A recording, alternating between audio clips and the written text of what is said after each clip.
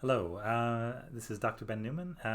This is Ask Dr. Ben. I'm a coronavirologist and I will try to answer your questions. Boy, that was all rearranged from usual. Whatever, we got the information out there. That's what we do. All right, next question is from Rowdy. Yeah, love that name. Yeah. In light of the new CDC guidelines,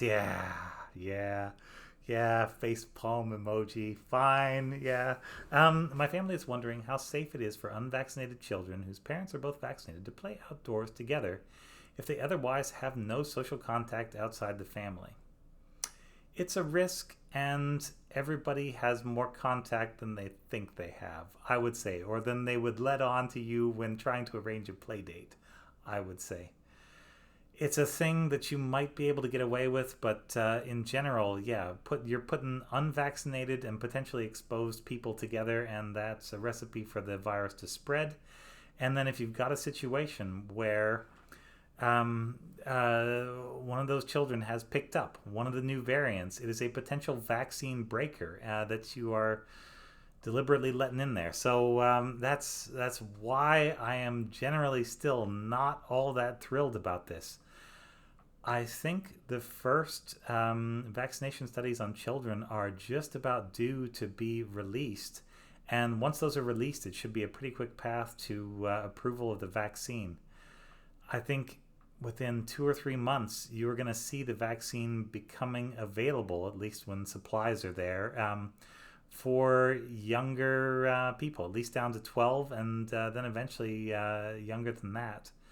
And I just think, it's taking a risk during the last window when the risk is going to be there, and it's not a case where I want to get that risk in before it goes away. It's where I would say avoid it because we're getting close to the end, and there is no point in being the last person to have a severe outcome from COVID-19. You haven't, yeah, there's no benefit whatsoever. Not that there ever is in having this virus. So, yeah, that is what I would say. The CDC says one thing, and yeah, I'm coming down a little more conservative than that.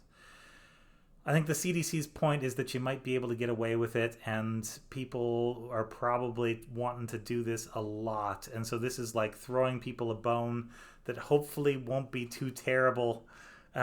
Yeah, we're basically taking risks and hoping we can get away with it. And I would say it's always safer not to take the risk. So that's where I am. I can only give advice. You got to decide what to do with that because it is your life ultimately, and you got to live it. Yeah.